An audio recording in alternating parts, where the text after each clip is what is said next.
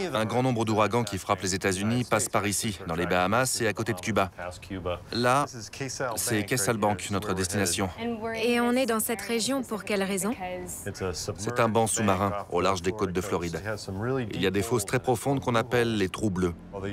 Ils contiennent des couches successives de sédiments. C'est comme des archives des ouragans passés.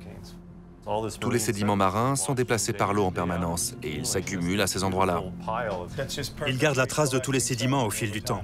Oui, c'est comme une station météo pour nous. Ces trous bleus gardent la trace des ouragans qui ont touché l'Amérique du Nord sur des centaines d'années, voire des millénaires.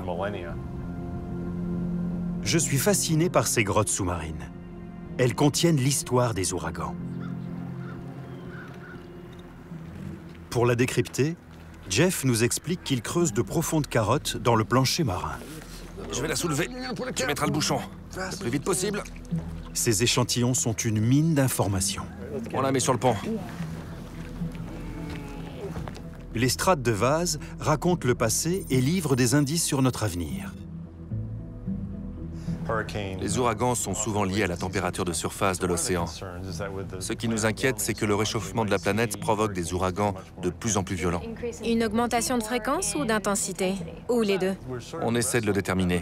Nos modélisations informatiques nous disent que les ouragans de catégorie 3, 4 ou 5 augmenteront à cause du réchauffement climatique. Les données que vous rassemblez pourraient nous dire qu'on se dirige vers une nouvelle ère de super-ouragans. On a sous les yeux une expérience climatique sur plusieurs millénaires qui nous dit, en cas de réchauffement des températures de surface de l'océan, on devrait avoir beaucoup d'ouragans plus intenses. Ça me plaît, l'expérience climatique de la nature. C'est ça. Donc la réponse est oui. Oui.